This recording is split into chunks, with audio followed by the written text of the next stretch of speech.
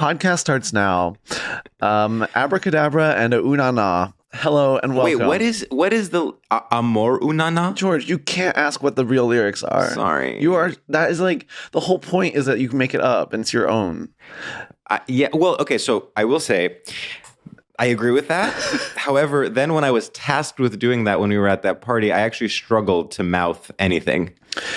Well, I think, okay, first of all, George and I went to a party in Los Angeles, California. That's right. We went to a party in Los Angeles, California that was announced ahead of time that at midnight they would play Abracadabra. So we all knew that at midnight they would be pressing play on Abracadabra.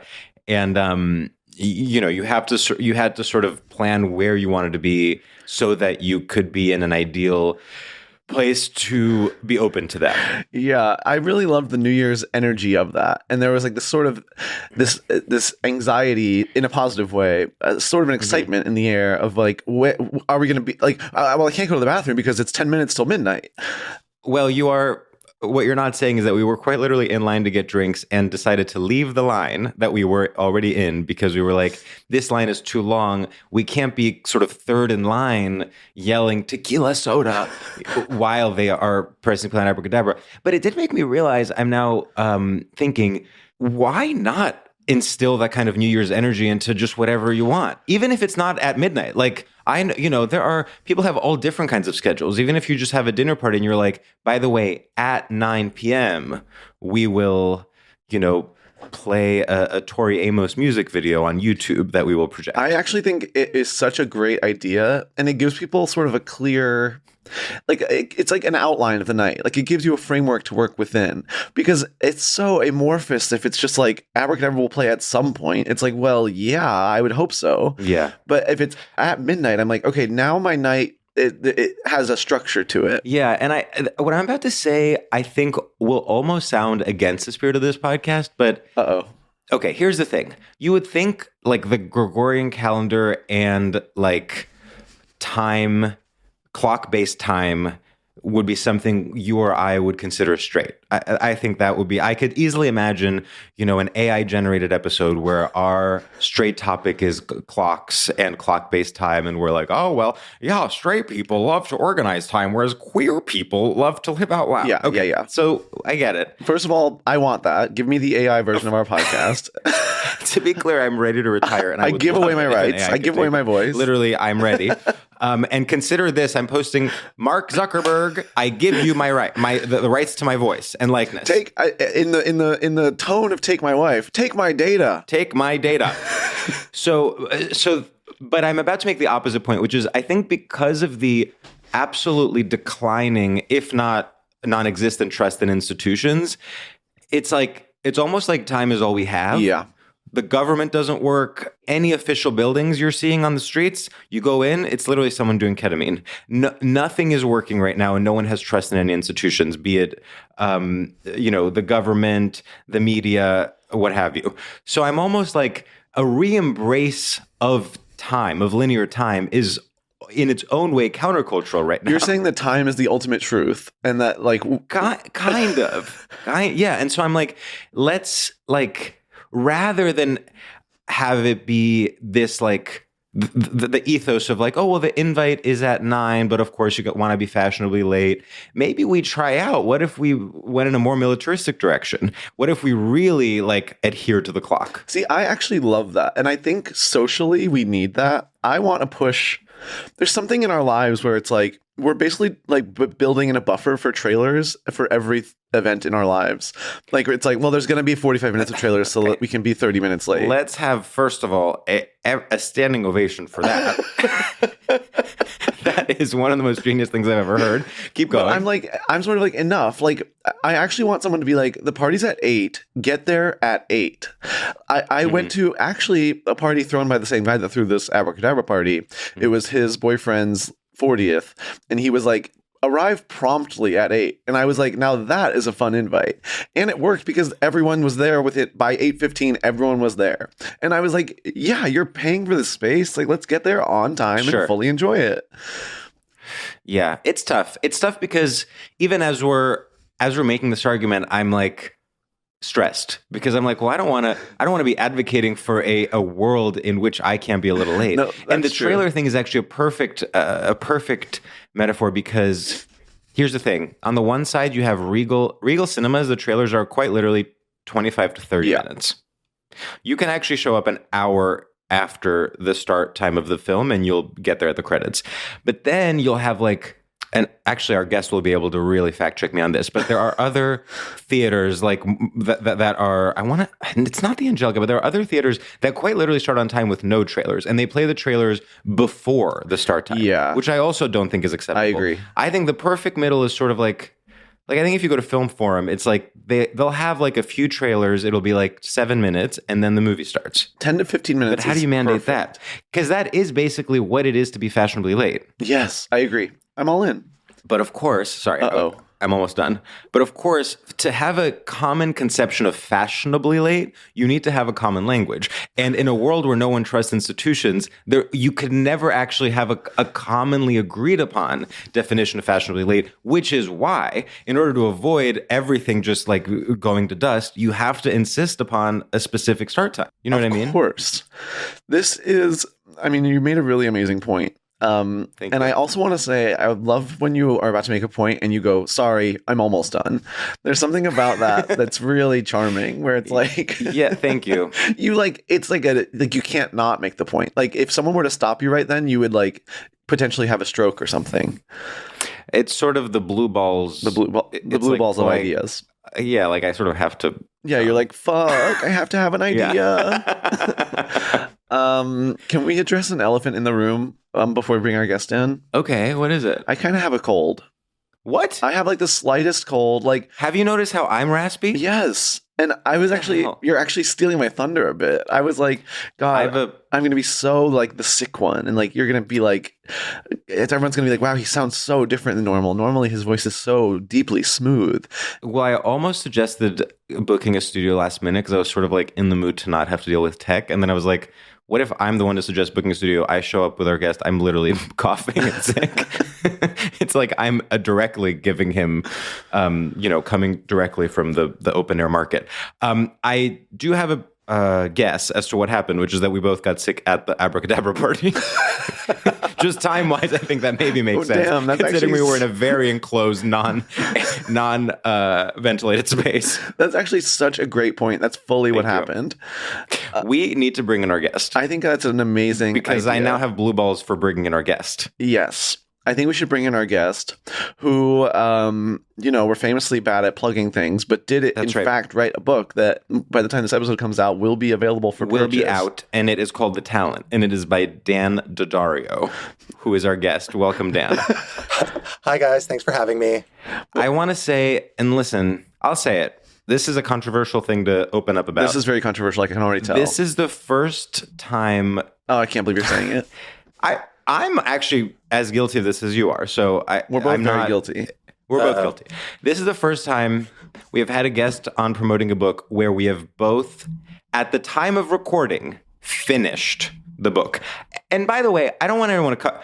At every other point, we had like read part or most of the book, tried. Or we always try, or read like multiple reviews. Like I'm not going in unprepared, but this is the first time each of us has read cover to cover, and we can we're not going to spoil anything, but we could if we wanted. We could absolutely if we wanted to. I'm like, the fate of my book is in your guys' hands. You cannot tell them who wins at the end. I know, and I know you want. I was about to spoil. Well, I'll say this about the book. How do I put this? It's the perfect, you actually do give closure, is what I will say.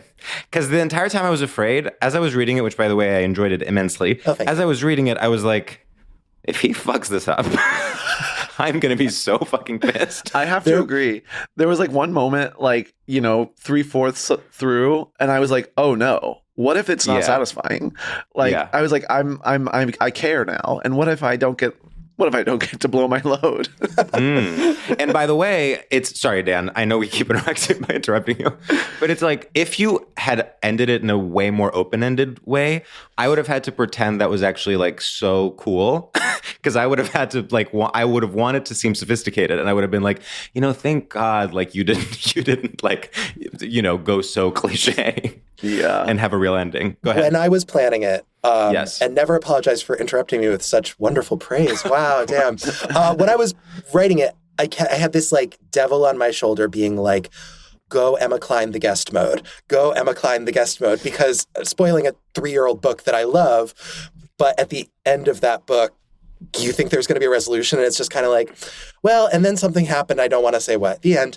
And I thought part of me did think maybe it would be so about the journey, not the destination, to paraphrase in reverse, the brutalist, to have it just be like, it doesn't even matter who wins. Who cares? We're kind of putting the cart before the horse because it's about a fake awards race. And I think what you're saying is you feel very satisfied by finding out who wins at the end, which I'm happy about. Yes, and someone does win. So it is, and do you want to, sorry to be so conventional and so Barbara Walters, but would you like to just explain what the book is about? Sure. It's about 5 women who are nominated for an award during award season and the rivalries and friendships that develop between them as they kind of battle it out. Correct. Good job. Thanks. So you did I read it. I studied it really hard. Dan read it too, actually, cover to cover. What I want to say actually is, I think because the kind of cliche of the Oscars or an award season is like, quote unquote, it's an honor just to be nominated, I actually do think you're subverting that by having a clear winner. Yeah. You know what I mean? It's actually like more subversive to have I think it would have been a cop-out to be like, it doesn't matter who wins, because it's like, well, that's what they want you to think. But it actually does. Right. It actually does a lot. And those who win are really happy and those who lose are really sad. Yeah. I also want to say, since you mentioned the guest, when people don't give you an ending, I'm like, my ass got onto Google the moment I finished that book and said, the guest ending explained. Like, I'm like, what the hell was that? And you probably found like the worst articles in the world because everyone thinks that she died and became a ghost. And I'm like, no. No, it's not the ghost. Yeah. It's the guest. Yes, exactly. You're misreading the title. You've got 3 of the right letters, but 2 are wrong. Talk about straight shooters. I want to say I loved the ending of The Guest. What? And then I found out that I'm in the minority and all these people don't like it. I love it for The Guest. It would have been wrong for my book, but I'm not 100%. Like, I actually adore it. And I think people who don't like it, sorry, Sam, are wrong. I agree. Wow. Unbelievable. You know, sometimes I can be a little stupid when it comes to plot, I'll say, a plot-based film even. And I didn't understand part of the ending of Inside Man, which I rewatched for the second time and still didn't understand it recently. And I was trying to find an article that explained it, and literally no one could fully give me what I wanted. I find that so surprising. I agree. I mean, I get that he was inside. I'm not an idiot. But like, there was called Inside Man. He's inside. There was one scene with Jodie Foster that I was like unclear what deal was being made with her and with the politician she was working with, who I think was a mayor. And I was like, can someone just explain this to me? And no one could. Sorry, Collider.com. I think on an infinite timeline, you will get that article because like every movie that's on streaming now, I was on the People magazine website the other day, just my daily spin. And one of the most recent articles was, what happens at the end of Shutter Island? Explained. And I was like, okay, well, okay. I got that. Yeah. I got Shutter Island. I think it must just be on Netflix or something. But it's like, okay, it's like someone in the SEO farm will write that article for you eventually. Yeah. If enough AI takes over, you'll get that article. AI takes over. Yeah. It's funny to have read the book because part of me is like, I'm like, okay, quiz me. Quiz you about what happens in the book? Test me. We want credit for reading the book. Yeah. You read the book, but instead of using it to actually have a productive conversation with you, we're just like proud of ourselves for reading it. I'm proud of you both too, especially because I know you guys are major readers. So it's not like, that's true. Oh, you went out of your way to read it. It's more like you took time away from like the Joan Didions of the world. Exactly. We're just constantly reading Joan Didion. Exactly. And talk about women that are telling themselves stories in order to live, by the way. If the story stopped, they would decease. I did find it fun to know you personally and read your book as like as a peek in. I love when you're like sort of I love to see you be like a bitch. Like I love to see you be a bitch through like through this world. Like, well, thank you. Like there was one character that like the SNL sort of scenes I found really funny as a peek into your perspective. They were very funny. I was curious what you guys would make of that scene in particular. Basically, not to do the whole synopsis, but one of the women goes on an SNL style show and gets led astray and it goes really wrong. And yeah, I don't know. It was all about kind of taking a situation that could happen and heightening it. I don't really think that would happen in that way, but it was kind of funny to toy with. I mean, I could definitely see someone, who wants to like be in on the joke and who's just like is saying yes to everything and is excited about like being on SNL suddenly doing something that is perceived as super offensive to someone else. It kind of came to mind because when Jennifer Lawrence was nominated for an Oscar, which is like ancient history now, her monologue was like, I'm going to roast my other nominees. And she was like, Jessica Chastain, you suck. Just kidding. I think you're really nice. And I was like, okay, but what if she didn't have the publicist there saying like, no, now be nice. Yeah. Which used to happen. Yeah. Or like, I don't know. I feel like Julia Roberts would just sort of like give a comment that was bitchy in the 90s. Oh, yeah. Or her t-shirt that she made to scare off. Wait, were there any other bitchy moments that you liked or was that the main one? Well, that one in particular, I also loved the like toxic gay cast member that like was the one that led her astray. Yeah. I mean, she's iconic and stuff. I think like a lot of the book is about how gay men relate to women, which I hope you're not just there, but throughout. Like, I tried to have each of the women have a moment with a toxic gay man, not to get too into it, but like early on when one of them meets the flight attendant, like there's just a lot of moments where I was like, okay, how can we make this about a gay guy, even though it's about 5 women? No, I loved that. I did love seeing the peaks of gay guy come through. I loved that's the Jenny character. Like everyone stands her because she's kind of a flop. Like I was like, that's so. I was like, damn, so true. I mean, that is the thing. Is I think that people in our cohort, like the more someone flops, the more we're like, I love her. Like thinking of Abracadabra, would it hit as hard if she hadn't just flopped in the most major way in her whole career? Like if there hadn't, without a joke or two, can there be an Abracadabra? That's an amazing question. It's true. And even, I mean, I know that Bruno Mars song is like the #1 song in the universe, but it's like, as far as we're concerned, it's a flop. No. So that also counts as something that just flopped. And it's like, I like the song, but it's like, I would never put it on. Like, when would I listen to it? No. Whereas like Disease is a flop too, but it's a flop that I love Disease. I'm gonna go ahead and love that one. Disease is secretly incredible. Disease. I honestly think Disease is like maybe better than Abracadabra. Not to be so provocative. Being so provocative. And I actually think the video is really good too. Oh, I do love the video. Yeah, the video is really good. Hey, it's all one cohesive whole. It's like mayhem. It's like.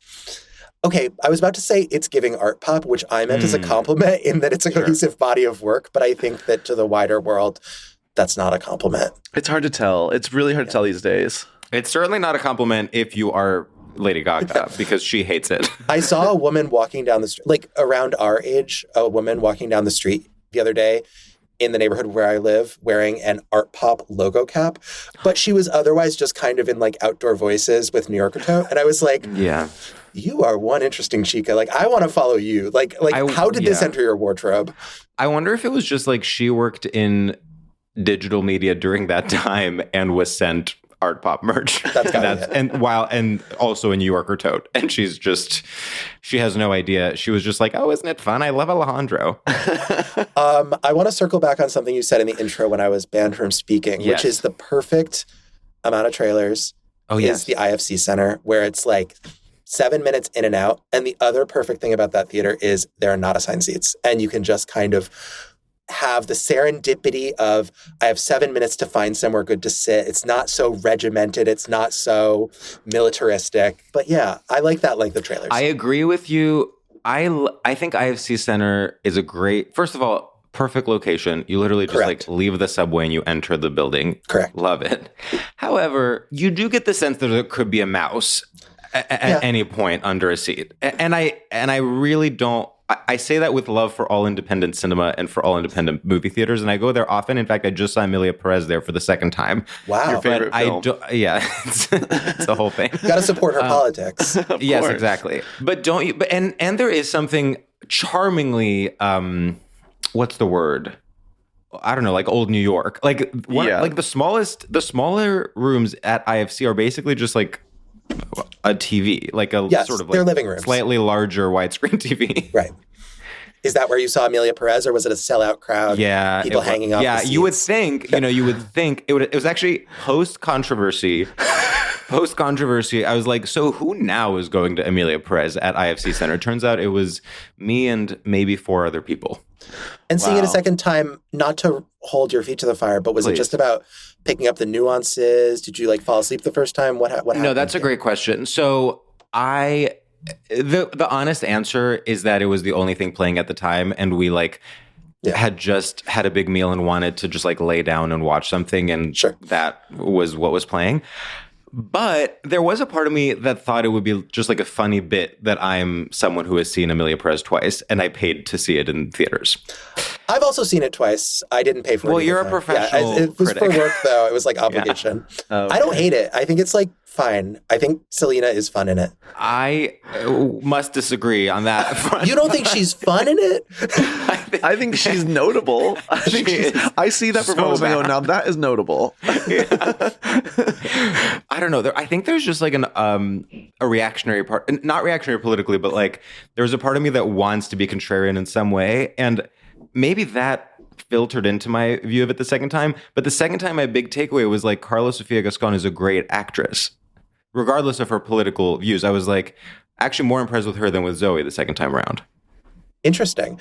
It's like it's really rare to get a new example of separating the art from the artist now that most of the directors we say that about have like stopped working. And so it's like, wow, how refreshing to have this debate once again. It's really refreshing. It's amazing. Yeah. About the book, I feel like I have like 2 more things I want to ask. Please. So like, it's so based in reality. Like, how did you balance like pulling from real people versus like invention? Okay, Jenna Bush Hager over here. I'm sorry. I'm just like, there was like some stuff. I was like, wait, now that I've read the book, I'm getting my damn credit, Mom. That's a great question. I was not prepared for that question. No, I was.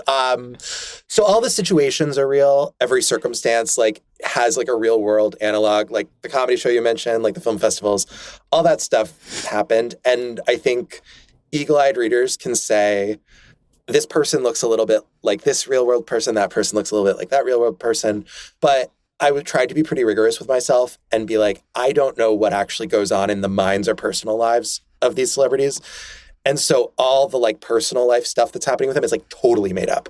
Like there's a character in the novel who is an alcoholic where elements of her career are drawn from a couple people I've encountered in my professional life. But then all the personal life stuff, I was just like, okay, like she's being Tennessee Williams heroine. Like it doesn't need to have any real world backing. It's just made up. So it was kind of fun to like take it and run with it. Yeah. In that way. I have a question. One of the women in the book is starring in a Maria Callas biopic. Yes. Did you think of that before Maria was announced? Yes. Yeah. No, the book was done when the first draft was done when Maria was announced, and I finished the second draft before Maria came out. Got it. I almost changed it because I saw this documentary about Maria Callas at the New York Film Festival like 8 years ago and was like, file this away. That was like one woman who lived a very interesting life. Like you could do something with that. And then crazily, I was like, this movie has stolen my thunder. I must change it. I was going to make her a different opera singer. And then I was like, no, it could be funny if this movie goes somewhere. I was rooting for Angelina throughout this season because I like the movie Maria, actually. I thought it was good. But also I was like, viral promo. Like, come on, let's make it happen.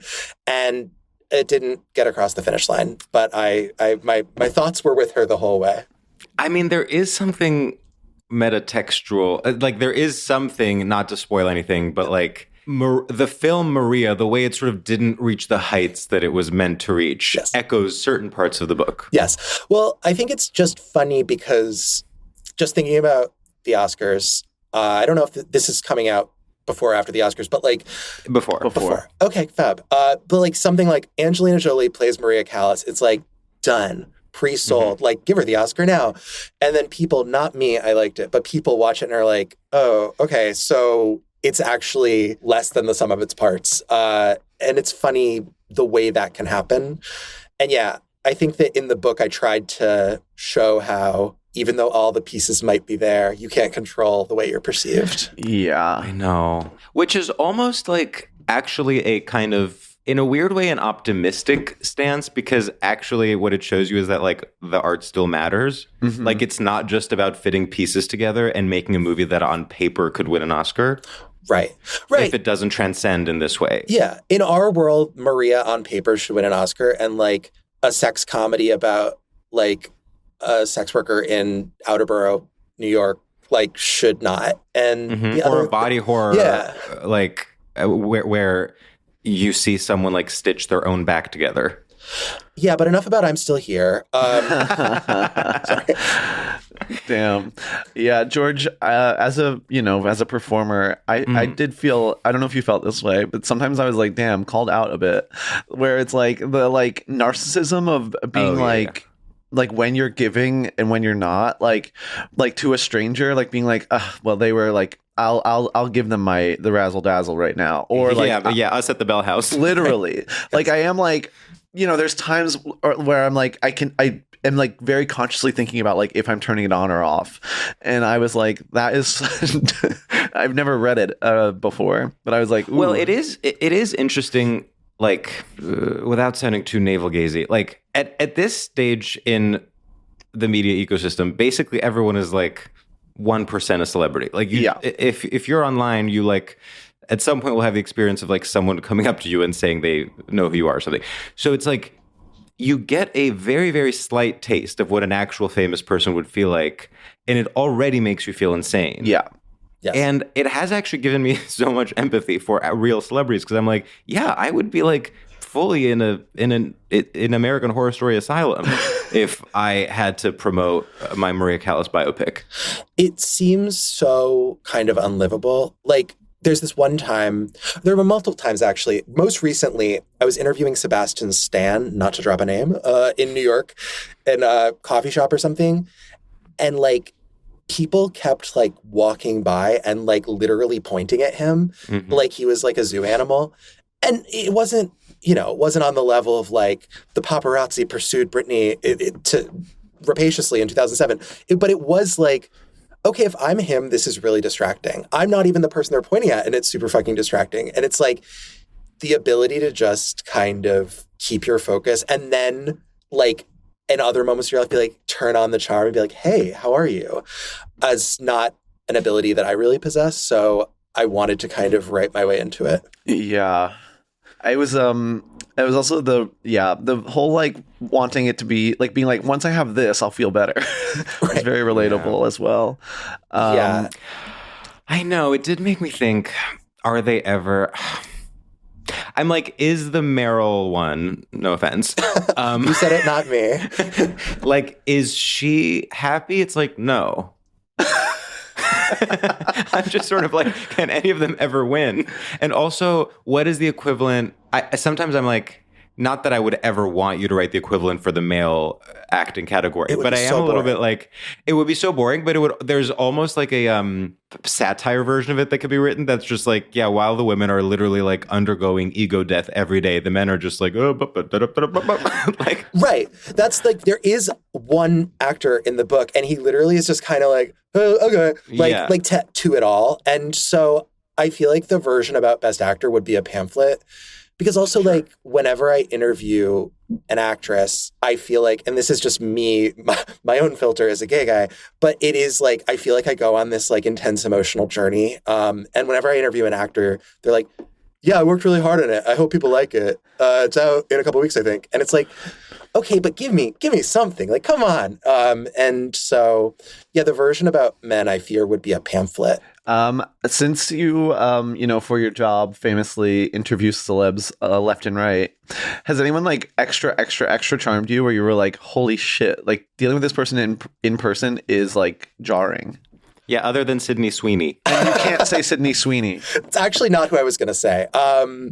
But it's going to be perhaps predictable all the same, because it's like a similar category of performer, which is, and I think I've said this before, but which is Ana de Armas, where I was just like, really? You're a superstar. Yeah. Interesting. like, you are a major, major star. I'm trying to think about more recent, though, like this year. Funny enough, this is not someone I interviewed directly, but I was working on Actors this year, and I came away from it. I need to couch this carefully. I came away from it thinking, wow, that Ryan Reynolds is a real pro. And I was pleasantly surprised. I don't know that I was starstruck exactly. I think, like, if I can't say Sydney Sweeney, my answer is Ana de Armas for, like, who I was like, holy shit. But in both the cases of Sweeney and de Armas, they were people I, like, hadn't spent a ton of time thinking about, really, and it was an assignment. And so that's kind of the nice thing is, like, if it's like someone like Nicole Kidman was at Actors this year, and I was like, I predict I'm going to be completely blown away. And I was, like, no surprise there. Yeah.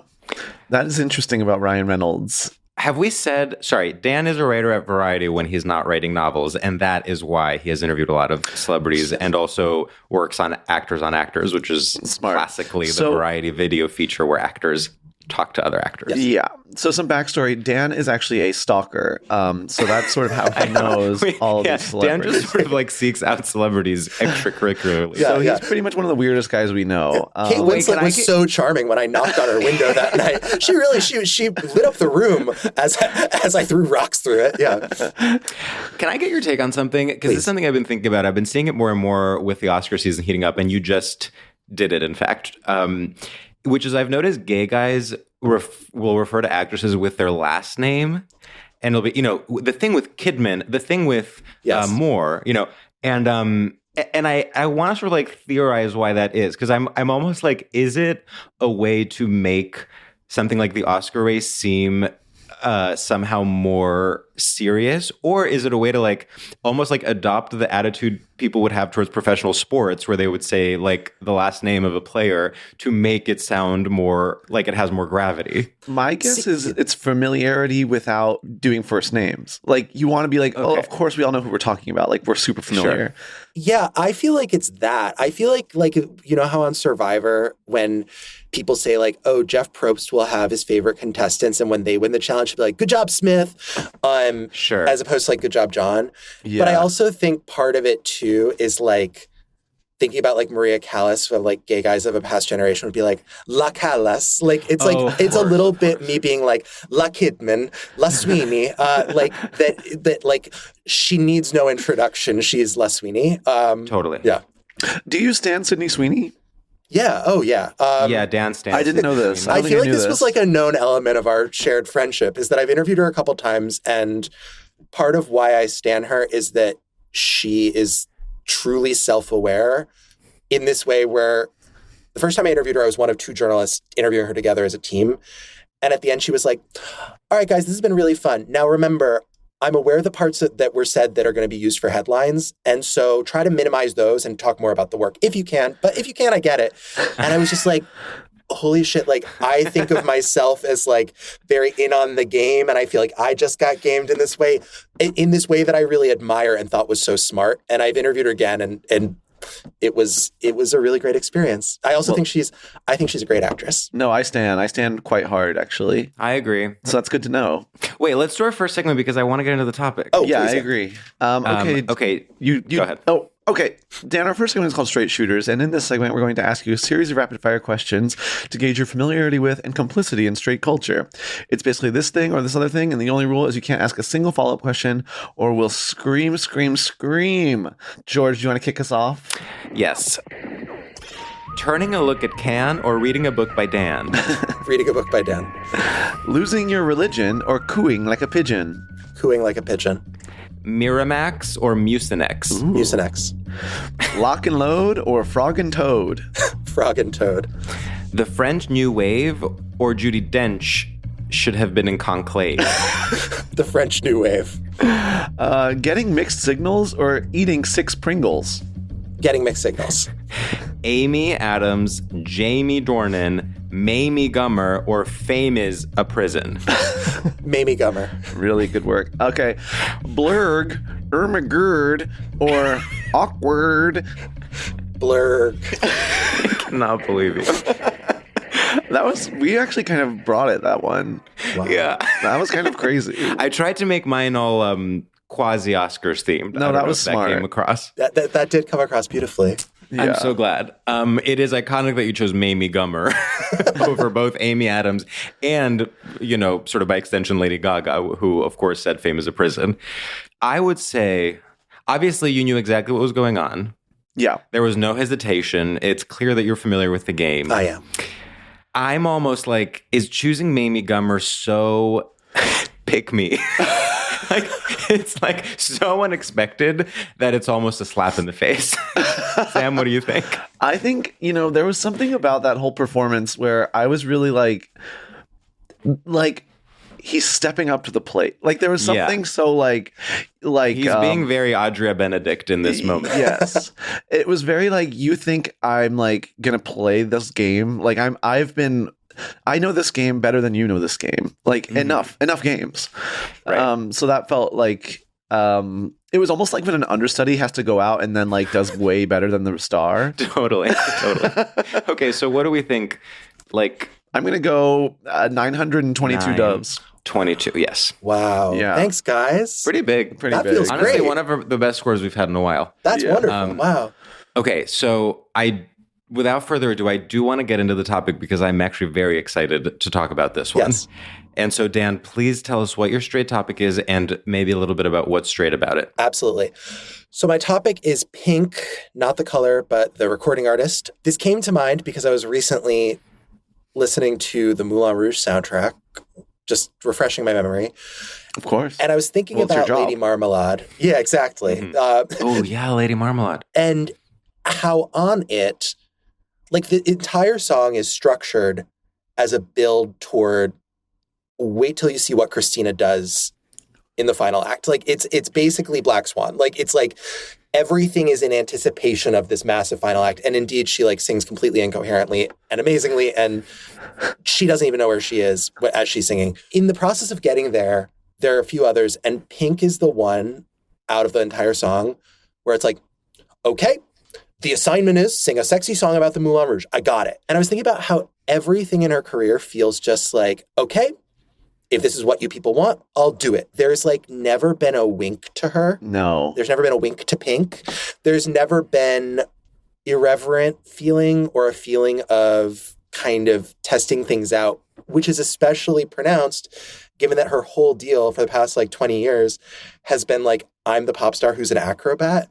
And that should be circus. It should be Cirque du Soleil. It should be kind of sexy and intriguing, but also funny and absurd, literally flipping things on its head. And yet the feeling I get when I see one of those videos of her doing like the zip line across the stadium is just like, okay, what I'm going to do is the following choice. It feels like if you were taking a trapeze course and the instructor, it's like when Carrie takes a trapeze course in Sex and the City and the instructor is just like, all right, you do need these harnesses to be safe. And it's like, there's never any kind of, she's like the anti-Gaga in this way where like, Totally. she's never had a super high because she's never really had a super low. It's just kind of always like, I have a playbook and I'm executing it. And it's like, but I want to see blood and guts and I want to see you fall off the trapeze one time. What would happen? Right. Where's the vulnerability? Where's Yeah. the vulnerability? She does. Sam, what are your I have so much to say. What are your associations with Pink? Well, the biggest one, of course, is that my mom is Pink's biggest fan. Exactly. My mom is like so addicted to Pink in a way that is like where I actually feel almost that I have to tread lightly so as not to hurt her feelings. Is she listening? I don't know.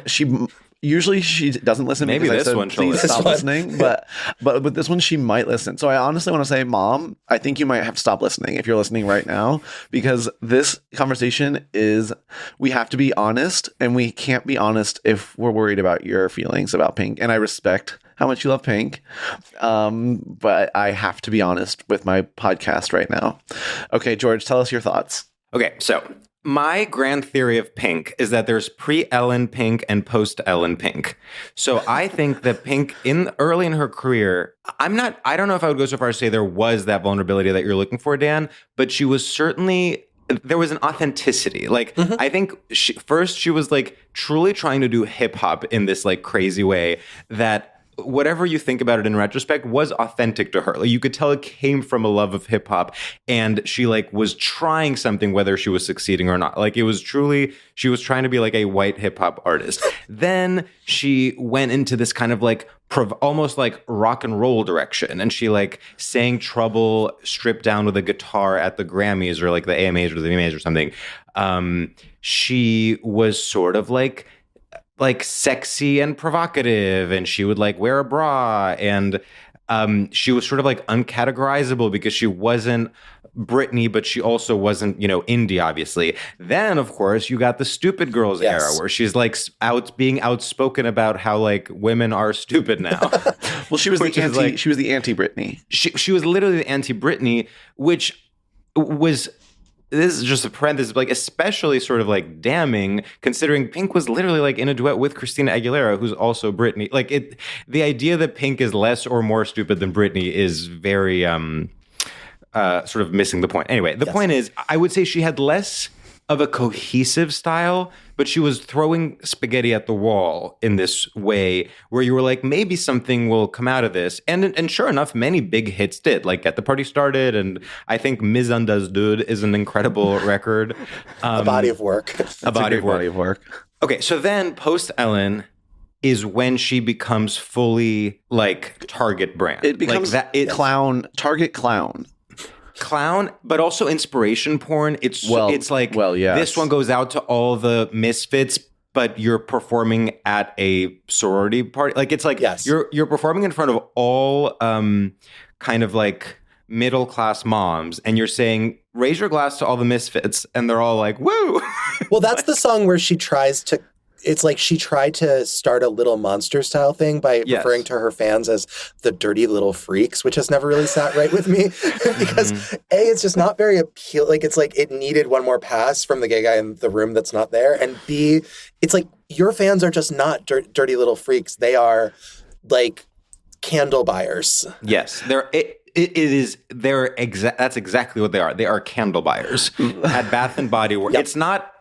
It's not Yankee Candle, but it's Bath and Body Works. I wanted to say Magnolia, but it's pre-Magnolia, so it's like it's Bath and Body Works. Yes. But that song in particular is so funny. Like, when I hear that song, I'm sort of like, I'm glad you've been on this insane journey, because when you remove it from the context of the Midwestern moms, I'm like, it's like one of the funniest pieces of music we have.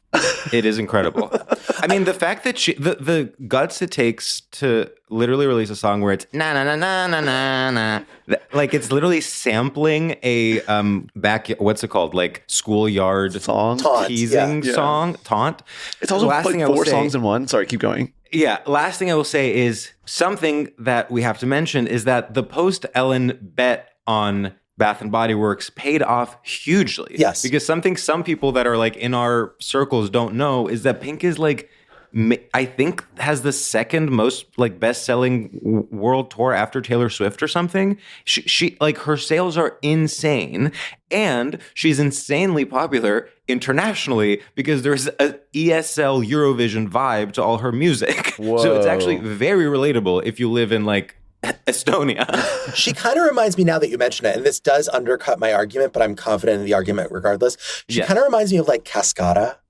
Like aesthetically and a little bit in the music as well. But yeah, no, to your point, prizing apart elements of your argument, in the pre-period when she was more messy and, dare we say it, more gay, just in the sense that she was just trying things spontaneously, don't you wish, like, a song like Stupid Girls should be either intentionally funny in that it's skewering people accurately, or unintentionally funny because it's such an insane concept? And it's kind of neither. It's like, I'm not going to bring this back to my book and the concept of like women picking on each other, but it is like, okay, if nothing else, this should just be like such a wild overstep. And it came out, and I feel like people were just like, okay, that's Pink heard from. Anyway, what else is going on? With the insane video where she's like directly making fun of like Paris Hilton and whatever. And the lyrics are so basic. What happened to the dream of a girl president? She's dancing in the video next to 50 Cent.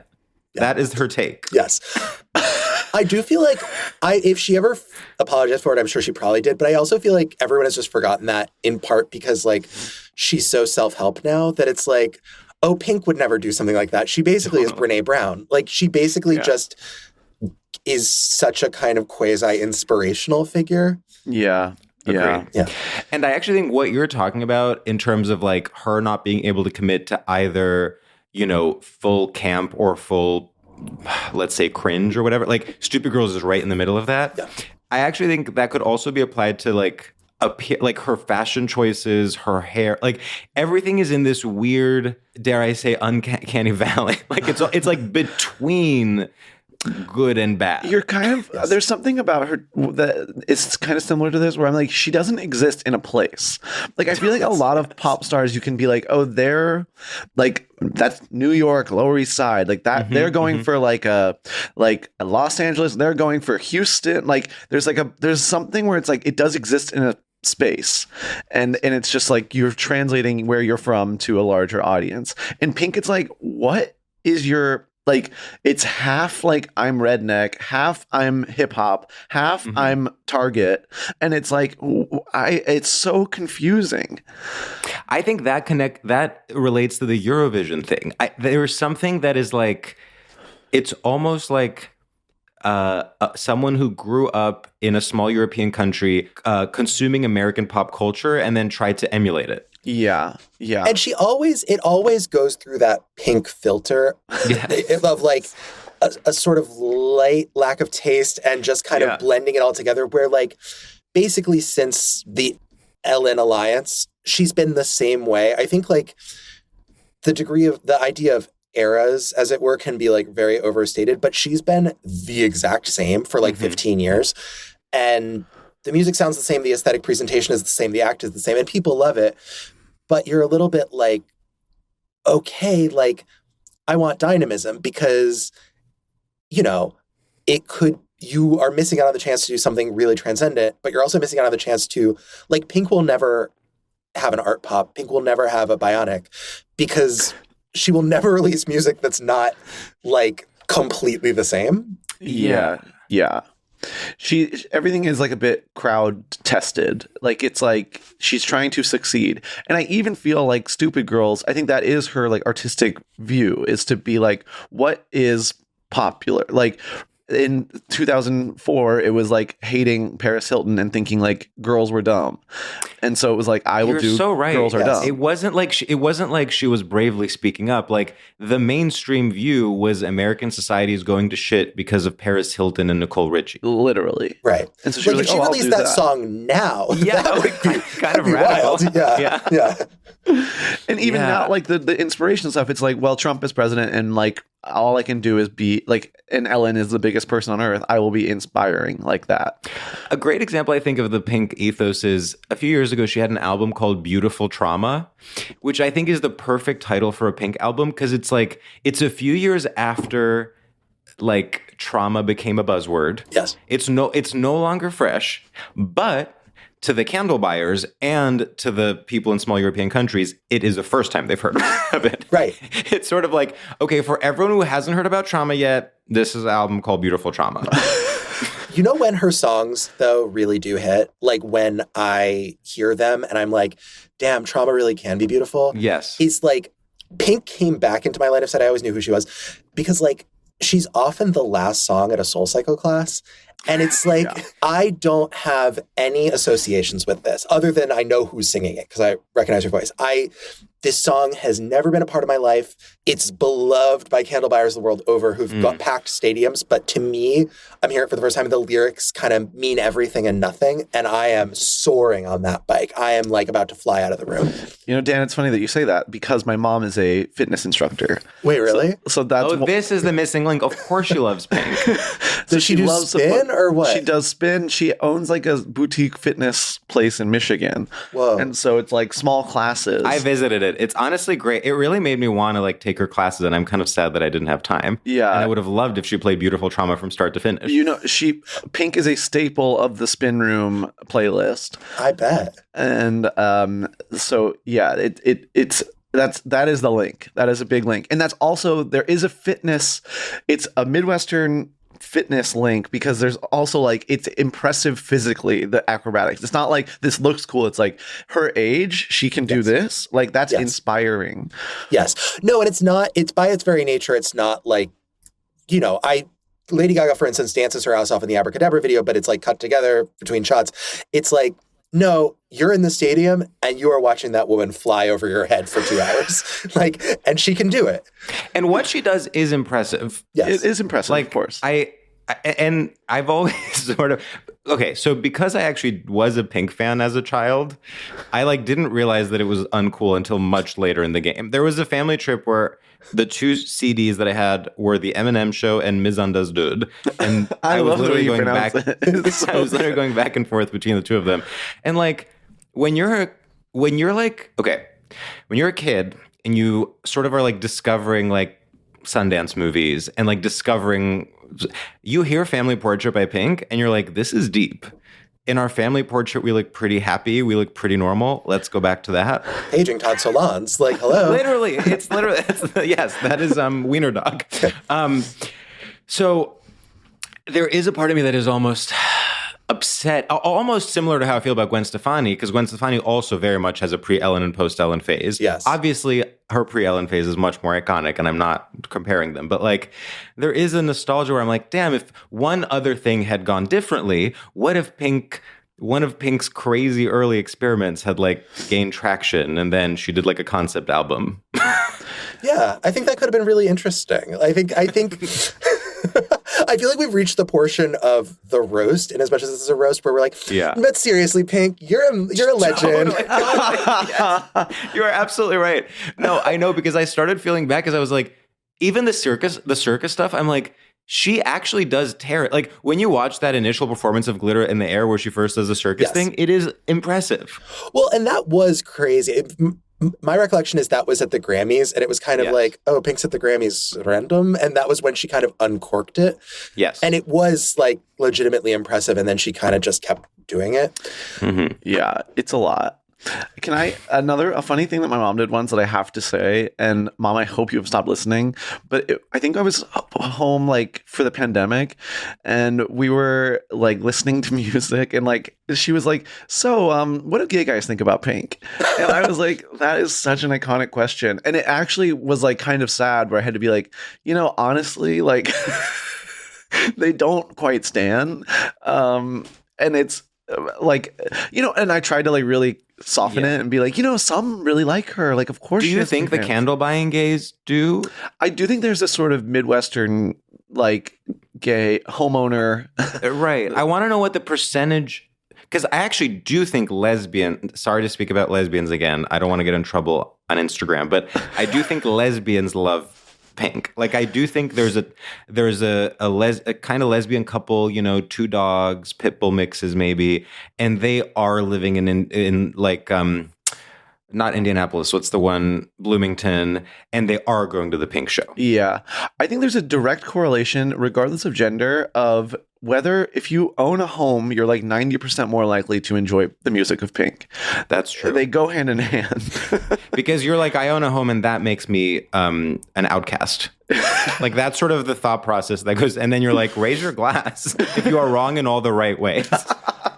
I feel it's just you're settled. It's I don't have time to focus on what Lady Gaga and Katy Perry and Chappell Roan are doing. Let me just listen to a 3.5-minute pop song where right at the bridge she stops and randomly talks for 15 seconds. Yes, exactly. The one thing that I think is proof that gay guys have never seen it for her is I feel we would see posts that refer to her by her given name. It would be Alecia Moore. Alecia does it again in the same way. It's oh, Stephanie, you shouldn't have. It's just, she says, she told us who she was, Pink, and we believed her because it was just okay, whatever. If you say it, I'm good with it. There's never been a kind of wondering of who she is behind the mystique. That's so true. Yeah. And especially because when you think about it, the name Pink with an exclamation point is actually so art pop on paper. Yeah. To name yourself P exclamation point NK is so swine. That's literally that. I feel it's kind of a pop star from a movie too. It's I feel it's very if the Wachowskis made like a movie about the future, the pop star would be named P!NK. Yes. No, 100%. It sort of sounds like a cryptocurrency. Oh, yeah. Do you guys think, well, first of all, she needs her own coin. We need pink coin now. If you don't think I'm not even looking this up. She has one. And I'm investing. I'm putting everything into pink coin. Are you kidding me? It would be the most stable coin to invest in. She's the most successful artist. I have a question. Do you think it's like mentally healthier for your fan base to be not gay guys? Like, yes. Yes. Unambiguously. It's like the best fan base is like fish. Yeah. But having gay guys as your fans does give you more like cultural cred in the long run, but at what cost? Yeah, I think the best fan bases to have are like stable homeowning adults, and failing that, like young children, because there's a lot of growth potential and they imprint on you. That's true. Wow. Yeah. Like That's my true. 4-year-old now stands Chapel, which like I kind of wish she had a CD wallet that just had like pink in it, because I think like having sorry George, like uncool moment is like very powerful and important in life. I agree. But she's just like, play Hot to Go. And I'm like, okay, so like Chapel will get 30 years of your money. Like, so that is interesting. Having a 4-year-old, does she respond differently to other pop stars? Like, is there anyone she's like, yuck, I hate this? Let me think. Like, what happens when you put on Charlie XCX? We have put on Charlie and she doesn't like it.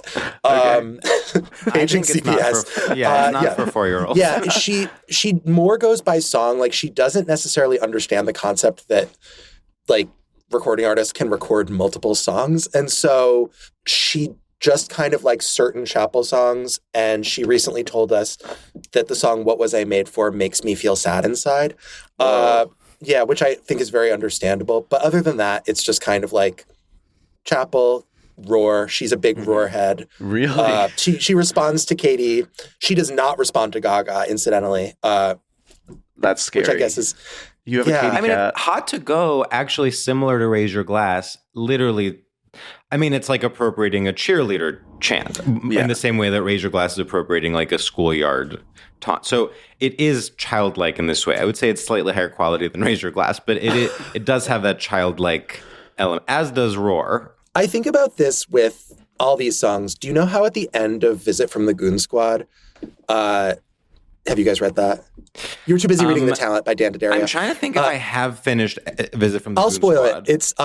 It's like in the future, and it's like a recording artist is trying to break out, and the way you break out is like toddlers, like if they like you, they press a button, and that's how they determine if recording artists become famous in the future. I'm like, oh yeah, we're basically there. Like Totally. And I think Pink would pass that test with flying colors. Absolutely. Yeah. Damn. The part in the Pink song when she's like, why so serious is so funny. She's like the Joker. I love that. And I love like, there's that song about like self-image that goes like, pretty, pretty, please. And each verse she sings, why do I do that? And then in the final verse, she stops the song, the beat drops out and she goes, why do I do that? Yeah. And it's like when she stops the song, which she does on multiple songs, and like talks to herself and like psychs herself up, it is kind of, despite myself, I'm like, okay, that's kind of fab. Yeah. Totally. Because guess what? At the end of the day, I'm being so pro Pink. I'm sorry. At the end of the day, she actually does have beautiful trauma. Like she isn't, she isn't Gracie Abrams. What is her trauma? She like grew up in like a difficult family situation, and you should listen to Family Portrait. Sit your ass down and take some notes. You need to watch the video for Family Portrait and then get back to me, because she has been through so much. I think she's quite understood. Well, at Deeply this point, she's understood. But I think previously she wasn't. And maybe that is... I mean, that is the pre-Ellen, post-Ellen thing. It's like post-Ellen, she is understood. Wow. But my only point is, it's like, that's what makes it almost like funnier in a way, that like she actually did have the beautiful drama that could have caused her to become a Gaga. I mean, I guess Gaga didn't have beautiful trauma because she went to NYU, but like... But that Facebook group about how she would never be famous. That's right. It's just ironic that like Gaga went to NYU and makes art pop. Pink has beautiful trauma and makes Raise Your Glass. I think Pink's trauma to me is like her son like motocrossed too much. Like she's so BMX. I see Pink and I see a BMX course. The father of her children is a professional BMX. Oh, that's why I see that? That makes sense. Got it. And he's really, I don't know what he looks like now, but I remember when they got together, I thought he was so cute in like a sort of Blink-182 wake. Again, I think it's also like, for some people, my exact age maybe, it was like the first time they even, because music was like Spice Girls, Backstreet Boys. It was the first time anyone even had something approaching the aesthetics of alt that you would see on like mainstream MTV. You know what I mean? It was like an Avril Lavigne type thing. It's funny because if she were like 5 years later, she would have been in a class of like, I don't even know, like the All-American Rejects and like Jimmy Eat World or whatever, where it's like, okay, these are also like alt adjacent, or like even Blink-182 being big. And because she just came up with Britney, it was like, I am the anti-Britney. That's the thing. Yeah. There were other items on the menu like 5 years later, and not that she would have been like them, but it would have been like, okay, it's a more diverse soundscape. It's like she just had to be like, fuck Britney, because that was the only other option. Right. She was the like self-styled punk one in the pop world rather than the pop one in the punk. She wasn't Paramore. Like she didn't do like pop punk that was like in the realm of Simple Plan or something like that. She very much was firmly a pop star that was like a woman with backup dancers, but she was like, I'm not like those other girls. Yeah. I have short hair. Had she been even like a few more years later, she could have been so Katy Perry performing at the Warped Tour, which is how Katy got her start. And it's like, yeah, I'm like a pop star, but like I don't even need to define myself against Britney. I'm defining myself because like I'm a conventional pop star, and isn't it so random that I'm here at the Warped Tour? Mm-hmm. Yeah. Damn. So Dan, is your sequel going to be about pop girls instead of actresses? Yeah, it's actually going to be set at the Grammys. Yeah. No, I think I've like written enough about celebrities for one lifetime. Well, I think maybe you'll revisit it in like 20 years and it'll be like a big sort of like return to form. To the big, yeah. Well, the problem is I felt like I was really good at making up fake, you can be the judge, but I felt like I could make up fake movies. I feel like whenever I read a book with a fake pop star in it, the songs feel really fake. So I need to like, that's really true. It's hard. Get better at writing fake pop songs. I think the tropes are, maybe I'm just more of a film person than a music person, but the tropes are much more relatable to me in the movie world. Well, I think there's something like I could never have predicted that an Olivia Rodrigo would become a big thing. That like pop punk would suddenly be big in 2021. Yeah, that was surprising. And I loved it, but it was surprising. Dan, any final thoughts on Pink? I feel like through this conversation, I'm like a Pink fan. I actually, as soon as we close out of this Zoom, I'm going to like put on Spotify, and I'm like not kidding. Like I feel like everything we've said. I do maintain she's the straightest pop star alive. 100%. But I'm like, oh my God, yes. But that has a valuable role to play in our ecosystem now. Yeah. Well, it's like she's almost in the same class as like Meghan Trainor, but she's like in that binary, she's the cool one. Yeah. Yes. And show me Meghan Trainor flying through the air. Like literally. Yeah. She is also like, she is so, Pink has always been such an ally to the LGBTQ plus, but it's also like it's like she's an ally and she's performing to all allies. And all of them are like waving rainbow flags, are so excited, but they have never met a real gay person. But in theory, they they're have like a supportive. gay nephew. Yes, in theory, they're super supportive, but they have a gay nephew, but they're also, like maybe anti-vax. Well, like that. Well, because of the health and and fitness connection. Yeah, like there's like anti-vax, but has a gay nephew and loves candles. And loves candles. Well, we all love candles. Okay, I think we should do. First of all, I agree. I'm going to go ahead and put on Pink at the moment I can. And I actually think, Adam, for when you end this episode, please do Raise Your Glass instead of our normal song. Do as much as we can get away with without having to pay Sony. Actually do enough that we get sued so that we can be in conversation with Pink. Okay. So I think we should do our final segment, Dan, which is, of course, shout-outs, where we pay homage to the grand straight tradition of the radio shout-out, where we shout out anything that we enjoy. And George, I actually do have one. I do too, but you can go first. Okay. What's up, freaks, losers, and not to mention the perverts? I want to give a huge shout out to Siggy's Yogurt. If you know me, you know I've been a Chobani diva since day one. I say Cho me the Bonnie, but now I have had some Siggy's, and when I had it in the past, I was like, this is dry, it's powdery almost, and I can't handle it. Now I think I have a more mature palate, and I'm saying finally a yogurt that's dry.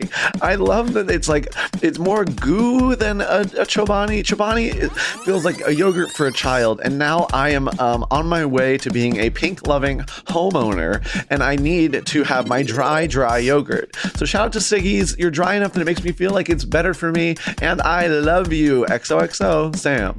Woo. Wait, Sam, have you tried the fruity ones? No. You got to do blueberry, and you got to do acai and berries.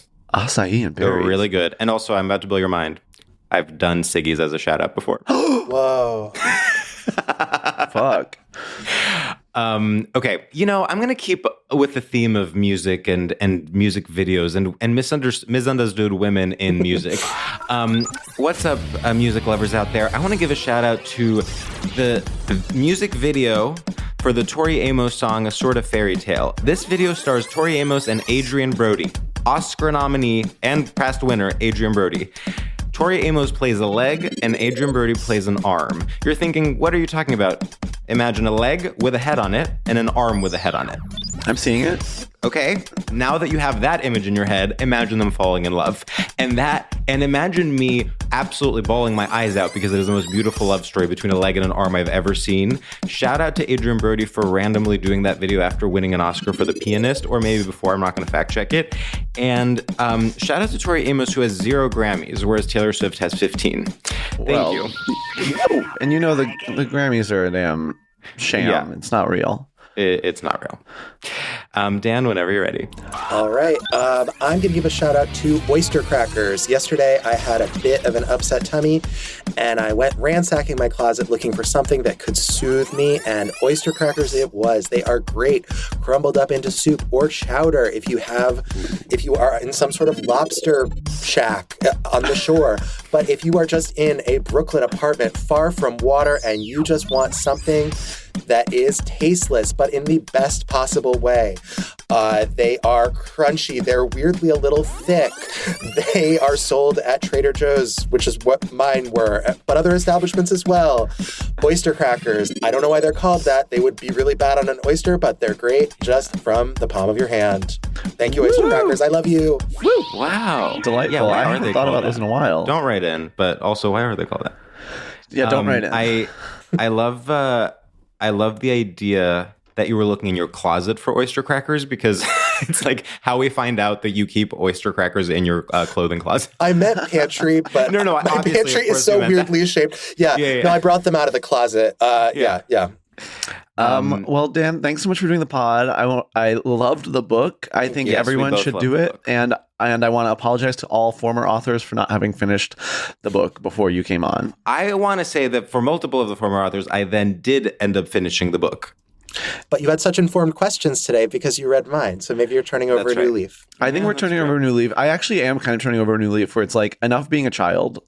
Yeah. No, we're in our post-Ellen era for sure. Yeah. Siggy's yogurt, reading books. It's all happening. Home ownership next. Yeah, home ownership. Let's go.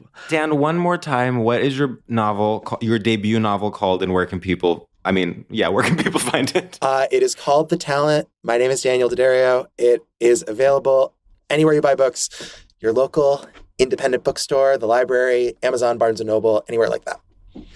Well, perfect. Run, don't walk. Run, don't walk. Okay.